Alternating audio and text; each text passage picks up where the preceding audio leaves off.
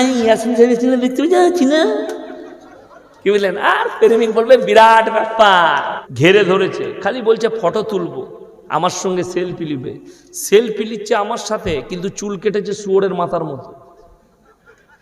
আমি অবাক হয়েছি যে এইটা কিরকম মহাব্বত। মহাব্বত তো সেরকম হয়, ইয়াসিনকে ভালোবাসলে আমার মতো পোশাক হবে, আমার মতো চুল রাখবে, ঠিক কিনা কথা বলেন? এটাকে মহাব্বত বলে।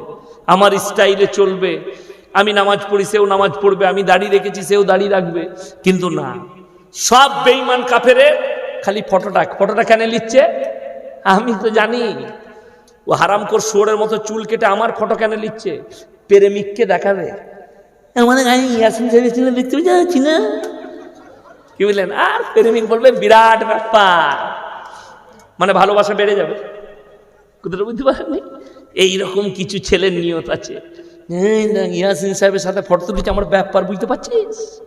ওটা দেখাবার নেই।